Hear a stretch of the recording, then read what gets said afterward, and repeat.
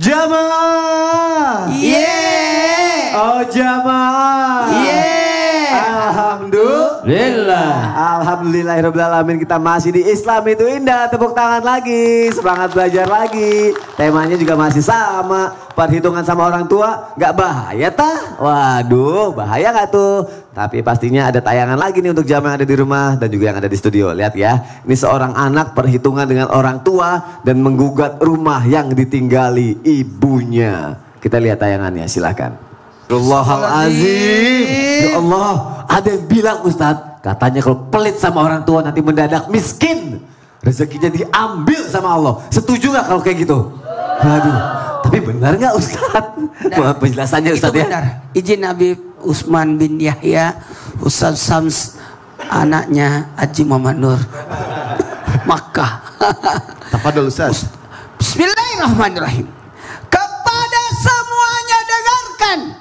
Anta wa malu liabika. Dirimu, hartamu, orang tuamu yang punya, abamu yang punya. Itu hartamu. Apalagi hartanya orang tua. No. Dengerin. Tidak akan mungkin seorang anak bisa membalas kebaikan orang tua. Kecuali, dalam hadis Nabi disebutkan, kecuali seorang tidak dapat membalas budi baik orang tuanya kecuali jika menemukan orang tuanya dalam keadaan budak, kemudian dia memerdekakan. Dia merdekakan orang tuanya dari perbudakan. Barulah dia disebut orang berbakti. Tapi tidak akan mungkin kan. Tidak ada, sudah perbudakan. Nah, mohon maaf tanpa menggurui, hanya mengingatkan, seorang anak yang perhitungan sama orang tuanya, hartanya tidak mau dibagi atau hartanya orang tua diambil, tidak berkah. Kemudian sempit hatinya, pendek umurnya, tidak ada manfaatnya hartanya. Ketahuilah, sedekah kepada yang tidak dikenal 10 pahalanya, sedekah kepada orang yang dikenal 100 pahalanya, sedekah kepada keluarga 1000 pahalanya, sedekah kepada anak 10.000, sedekah kepada orang tua 100.000. Sedekah kepada orang tua 100.000 loh. Luar biasa. Hilanglah kebaikan-kebaikan itu, hilanglah kemuliaan itu, hilanglah kebaikan dan keberkahan. Disempitkan hidupnya, dipendekkan umurnya. Nauzubillah, semua nauzubillah. Inilah yang menyebabkan tadi yang ditanyakan Mas Sony. Ya, di sini Ustaz. Perasaan tadi di sini. Sekarang di sini. Tapi benar kayak gitu. Benar banget. Aduh. Tidak ada berkahnya, tidak ada manfaatnya. Aduh, nauzubillah min zalik. Jadi kalau padahal berkah itu kan kembali lagi ke makna berkah, ziyadatul khair, bertambahnya kebaikan. Jadi tidak ada kebaikannya. Masya Allah. Terima kasih Ustaz Maulana. Tepuk tangannya dong untuk guru-guru kita. Masya Allah. Semoga semua anak rezekinya berlimpah ya. Jadi bisa ngasih ke orang tua ya. Amin. Ya Allah amin. Karena ada anak yang nunggu sukses dulu nunggu punya uang dulu baru ngasih ke orang tua. Tapi begitu mau ngasih, nauzubillah min zalik, ternyata orang tuanya keburu meninggal. Aduh, Ustadz Syam. Kalau anak yang punya, iya sedih. Kalau orang punya niatnya nanti mau ngasih ke orang tua, tunggu sukses dulu, tunggu punya uang dulu, itu termasuk perhitungan nggak sih? Terus kalau misalnya ternyata mau ngasih orang tuanya udah meninggal gimana Ustaz? Baik. Silakan Ustaz Syam. Tapi guru Ustaz Maulana Habib Usman, jamaah di studio serta guru-guru kami yang ada di rumah. Kita buka dulu Al-Quran surah Ibrahim surah Al-Isra ayat 23. A'udzu billahi minasy syaithanir rajim.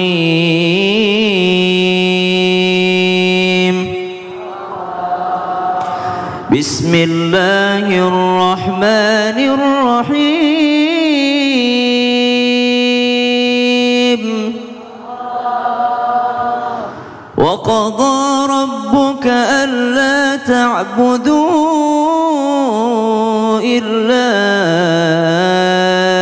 iyyahu wa bil walidaini ihsana. إما يبلغن عندك الكبر أحدهما أو كلاهما فلا تقل لهما أف ولا تنهرهما وقل لهما قولا كريما Allahumma arhamna bil Quran. Dari ayat ini kita belajar bahwasanya ada orang tua yang disebut wabil walidaini. Walid itu artinya orang tua yang melahirkan. Orang tua yang melahirkan. Kalau orang tua yang tidak melahirkan itu bahasanya adalah aba atau abi. Aba itu adalah orang tua tapi bukan yang melahirkan. Seperti Ibrahim, wa idz qala Ibrahimu li abihi, kepada bapaknya. Bapak di sini bisa berarti pamannya. Jadi bapaknya Nabi Ibrahim itu seorang yang menyembah Allah, tidak menyembah berhala. Tapi bapak yang disebutkan dalam Al-Quran itu bukan bapak kandungnya tapi pamannya. Subhanallah. Jadi berbuat baik di sini yang disebutkan dalam ayat ini adalah kepada walid, yaitu orang tua yang melahirkan, orang tua kandungnya, bapak kandung dan ibu kandung. Pertanyaannya tadi, adakah amalan ataupun bagaimana dengan anak yang berbuat baik kepada orang tuanya setelah orang tuanya sudah meninggal dunia? Dahulu ketika hidup dia tidak sadar-sadar akan kebaikan orang tuanya. Kata orang tuanya, jangan mancing mulu nak, orang mancing itu nggak bakal maju-maju. Kecebur ya bu ya. Orang mancing kalau maju kecebur. Jangan ini nah, coba sana main ke masjid. Beneran ke masjid, tapi beneran main doang gitu, kagak sholat ke masjid.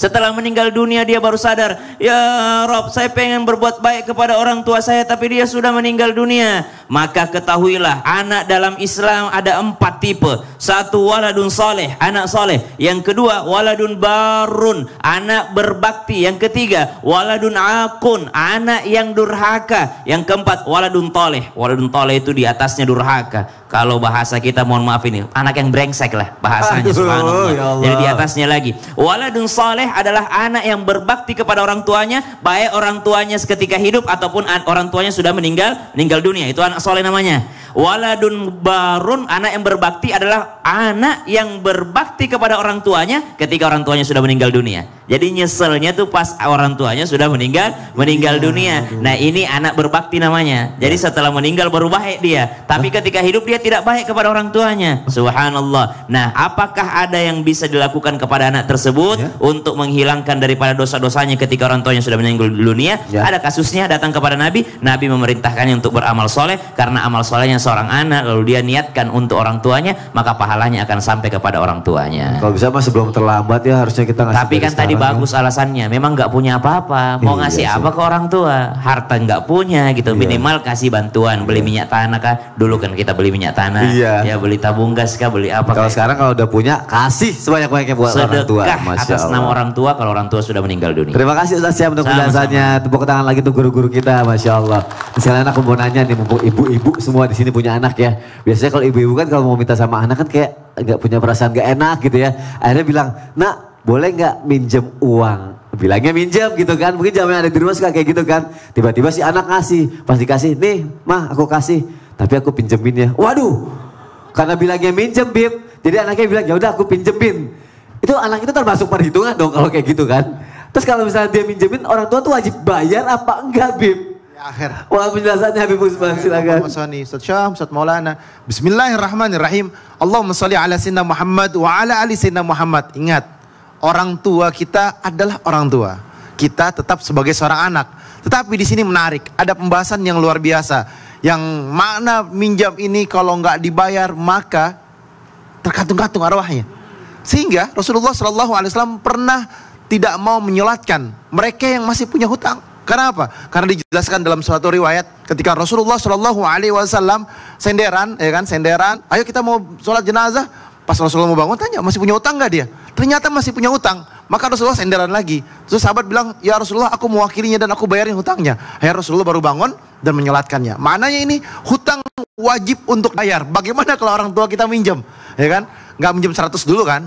Nah, 100 ntar balikin. Soal peminjaman harta yang dimiliki anak terhadap orang tuanya, di sini terjadi perbedaan mazhab. Menurut mazhab Imam Hambali, dijelaskan bahwasanya ketika seseorang minjam uang, ketika dia minjam uang 100 ribu, 200 ribu, 500 ribu, 1 juta, 2 juta dan lain sebagainya, menurut mazhab Imam Hambali radhiyallahu an, bahwasanya mengikuti daripada hadisnya baginda Nabi besar Muhammad SAW, ketika itu anna rajulan atan Nabiy sallallahu alaihi wasallam faqala ya Rasulullah inna li malan wa waladan wa inna walidi yahtahu malid qala anta wa maluka li walidika. Ingat kalimatnya, anta wa maluka li walidika. Di sini maknanya menarik nih. Imam Hambali mengikuti daripada hadis baginda Nabi besar Muhammad SAW. Sesungguhnya seorang laki-laki mendatangi Nabi Muhammad SAW berkata, ya Rasulullah, aku punya harta, aku memiliki harta dan anakku dipertanggungjawabkan untukku ya Rasulullah. Aku punya istri juga, punya keluarga juga. Sedangkan orang tuaku membutuhkan daripada harta tersebut. Minta 1.000, 2.000, 3.000 dolar kan, bukan rupiah, atau dinar, ya kan, 5.000, 10.000 yang dia inginkan. Nah, apa jawaban baginda Nabi besar Muhammad SAW? Bahwasanya Rasulullah bersabda, dirimu, hartamu adalah milik orang tuamu. Li di sini menarik karena apa? Li itu ada kalimat kepunyaan, tapi ada kalimat juga pemberian. Yang dimana ulama berpendapat bahwasanya menurut mazhab Imam Hambali adalah orang tua kalau misalkan minjam nggak bisa diganti. Itu kamu dibiayain, dihidupin dan lain sebagainya. Tetapi kalau menurut ulama Imam Syafi'i, Imam Hanafi, Imam Maliki, bahwasanya pinjaman kamu tetap kamu harus bayar berapapun jumlahnya. Karena apa? Karena itu hal yang meminjam, bukan meminta. Minta sama minjam beda. Minta dikasih, minjam berarti berhutang. Tapi alangkah baiknya bagi seorang anak untuk memiliki kasih sayang dan cinta terhadap orang tuanya. Nggak ada perhitungan, ikhlaskan berapapun yang diminta oleh orang tuanya. Ridho ketika dia memiliki harta. Ridho atas apa? Atas setiap apapun yang dimilikinya karena berharap akan ridhonya Allah Subhanahu wa taala, yang kalimat yang luar biasa tuh. Wabil walidaini ihsanan, berbuat baik terhadap keluarganya, berbuat baik terhadap orang tuanya, dan jadikan jangan sampai jadi anak-anak pembangkang. Atau anak durhaka. Kan ridho Allah fi ridho walidain. Ridhonya Allah, ridhonya orang tua. Apalagi dijelaskan para ulama, kalau masih punya orang tua di rumah, ingat nih ibu-ibu di rumah nih, masih punya orang tua di rumah, maka berarti punya nabi di rumah. Karena doanya dikabulkan sama Allah. Jadi doain ke rumah, minta ya Allah biar rezekinya tambah banyak lagi. Amin ya Allah, amin. Anak juga harus peka lah terhadap orang tuanya. Terima kasih Habib Usman untuk penjelasannya. Gak bakal miskin kalau ngasih orang tua, percaya deh. Masya Allah, mungkin banyak yang sudah mengalami itu juga ya. Tepuk tangan lagi untuk ibu-ibu hebat yang ada di sini. Masya Allah, tabarakallah. Karena udah tepuk tangan, yuk kita masuk ke segmen Tanya Dong Ustadz. Kami semua tanya dong Ustadz. Nanti aku kasih kesempatan ya buat nanya ya. Nanti, tapi aku mau bacain dulu nih dari jamaah yang ada di rumah nih pertanyaannya. Dari sosial media @hamba_Allah. Assalamualaikum Ustadz, mau bertanya. Terkadang mertua saya suka sirik kalau saya kasih uang bulanan kepada orang tua saya. Dan selalu laporin ke istri saya. Nah, apakah saya sebagai anak harus memberi mertua saya juga? Saya bingung nih, harus mendahulukan siapa? Apakah ibu saya atau ibu mertua saya dulu? Kalau saya kasih dua-duanya, gaji saya juga pas-pasan, tidak akan cukup gitu. Itu gimana Ustadz Syam? Makanya kewajiban anak memberikan nafkah kepada orang tua itu adalah ketika orang tua tidak mampu dan anak dalam keadaan berlebih. Jadi kalau anak ada kelebihan, jadi kalau dianggap pas-pasan, jangankan ke mertua, ke orang tua sendiri tidak wajib. Karena dia pas-pasan. Tapi kalau dia ada kelebihan, siapakah yang didahulukannya? Tentu saja ibunya sendiri. Makanya kalau sedekah itu lebih baik sedekah sembunyi-sembunyi. Ini mau kasih ke ibunya, mertuanya tahu. Ini mau kasih ke ibunya, istrinya tahu. Kenapa harus istri tahu? Kasih ke ibu, kasih aja. Nggak usah kasih tahu istri. Istri kenapa harus tahu semuanya? Subhanallah. Jangan sampai anak ini berubah setelah menikah. Anak itu dari lahir sampai mati dia tetap wajib berbakti pada ibunya. Anak laki-laki menikah bukan penghalang dia untuk berbakti pada ibunya. Mertua bukan penghalang dia untuk berbakti pada ibunya. Mertua bukan penghalang dia untuk memberikan kepada orang tuanya. Maka sebagai pembelajaran untuk kita semua, kalau ada rezeki kasih kepada orang tua, tapi lihat keadaannya juga. Jangan sampai memang caranya yang membuat mertuanya sirik. Memang dia tidak pernah ngasih-ngasih kepada mertuanya. Padahal Nabi mengingatkan orang yang dermawan itu dekat dengan Allah, dekat dengan surga, dekat dengan manusia. Berarti ada yang harus diperbaiki di situ, cara memberinya, cara berbaginya. Jangan sampai udahlah pelit, tidak berakhlak baik pula. Udahlah nggak pernah ngasih, nggak pernah kasih kabar juga. Minimal kalau nggak bisa kasih duit, kasih perhatian. Kalau nggak bisa kasih perhatian, kasihlah sesuatu yang mungkin bisa membahagiakannya. Tapi yang namanya manusia manusia, likulli dzi ni'matin mahsud. Setiap nikmat itu pasti ada yang sirik, pasti ada yang iri, pasti ada yang dengki. Setiap nikmat itu pasti ada yang iri. Maka perbaikilah akhlak kita kepada keduanya, karena keduanya juga termasuk daripada orang tua kita. Wallahu taala alam. Terima kasih Ustaz Syam untuk jawabannya. Dan semoga terjawab ya jamaah yang ada di rumah yang sudah bertanya. Nah sekarang kesempatan nih buat yang ada di studio. Yang mau nanya boleh angkat tangannya.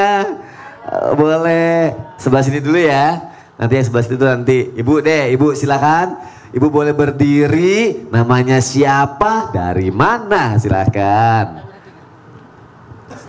Assalamualaikum warahmatullahi wabarakatuh. Waalaikumsalam warahmatullahi wabarakatuh. Perkenalkan, nama saya Ibu Arifah atau Mama Bayu dari Majelis Taklim Al-Hidayah Balaraja Tangerang. Tepuk tangannya dong, Masya Allah dari Tangerang. Terima kasih sudah datang. Silakan pertanyaannya. Mau bertanya nih Bib, Pak Ustadz. Oke. Misalnya ada kasus dalam keluarga nih. Orang tua mau berbagi warisannya. Ada contohnya seorang kakak atau anak pertama lebih besar bagiannya dari adik-adiknya yang tidak sesuai dengan hitungan Islam. Nah kalau seperti itu bagaimana? Apakah seorang anak boleh perhitungan sama orang tuanya? Oke, jadi kakaknya tuh ngerasa karena udah lebih tua jadi kayaknya mau dapat lebih banyak gitu ya. Iya begitu Pak Ustadz. Terima kasih ya Ibu, itu pertanyaannya ya. Iya. Terima kasih untuk pertanyaannya. Assalamualaikum warahmatullahi wabarakatuh. Waalaikumsalam warahmatullahi wabarakatuh. Boleh kembali duduk, terima kasih. Habib boleh tolong dijawab nggak Habib? Ini penting sekali Habib. Silakan Habib Usman. Mas Soni, Ustaz Syam, Ustaz Maulana. Bismillahirrahmanirrahim. Allahumma sholli ala sayyidina Muhammad wa ala ali sayyidina Muhammad. Orang tua wajib berlaku adil kepada semua anak-anaknya. Mau anak pertama, anak kedua, ketiga, keempat, kelima, keenam, 7, 8, 9, 10. Banyak anaknya. Banyak ya. Kan? Fattakullah wa'adilu baina auladikum. Bertakwalah kepada Allah Subhanahu wa taala dan berlakulah adil terhadap anak-anakmu. Karena apa? Karena ketika kamu berlaku adil, maka di situ dekat dengan Allah Subhanahu wa taala. Takutlah kepada Allah Subhanahu wa taala. Berbuatlah adil terhadap anakmu yang satu dengan yang lainnya, yang satu dengan yang satunya, ya kan? Yang ketiga, keempat, kedua, ketiga, dan semuanya. Berlaku adil. Jangan sampai Anda dikatakan orang tua yang tidak adil. Karena apa? Karena orang tua wajib mencontohkan yang baik terhadap anak-anaknya. Orang tua yang pilih kasih akan memiliki dampak yang besar terhadap anak-anaknya, yang akan menimbulkan sebuah percikan api yang akan membakar, menyulut emosional dirinya sehingga menjadi sebuah pertikaian, keributan, keretakan di dalam kakak adiknya, adik ke adiknya lagi, dan keluarganya yang lainnya, sehingga menghasilkan dampak yang buruk terhadap keluarganya. Oleh karena itu, berbuat baik terhadap orang tua, berbuat baik orang tua terhadap anak, mencerminkan keluarga yang bahagia, mawaddah warahmah, cinta dan kasih sayang di dalamnya. Di dalam kitab Fathul Mu'in, di dalam I'anatul Talibin, orang tua dimakruhkan, bahkan dibenci oleh Allah Subhanahu wa taala, bersikap pilih kasih atas pemberian terhadap anak-anaknya. Walaupun dia misalkan, wah punya cucu pertama, saya kasih rumah, nggak boleh, ya kan? Jangan kalian membuat yang lainnya itu iri, akhirnya timbul sebuah kok orang tua saya kok nggak adil, cucu pertama dikasih, cucu dua nggak dikasih, ya kan? Jangankan kayak gitu, cucu pertama dikasih, cucu kedua dikasih, anaknya kagak dikasih. Akhirnya apa? Akhirnya dampaknya fatal. Oleh karena itu ya Allah, jadikanlah keluarga kami, orang tua kami menjadi orang tua yang adil, anak-anak kami menjadi anak-anak yang adil, keturunan kami ya Allah jadikan mereka keturunan yang adil. Karena apa? Karena orang yang nggak adil, salah satu tempatnya di dalam nerakanya Allah Subhanahu wa taala. Kalau orang yang nggak adil, berarti dia zalim.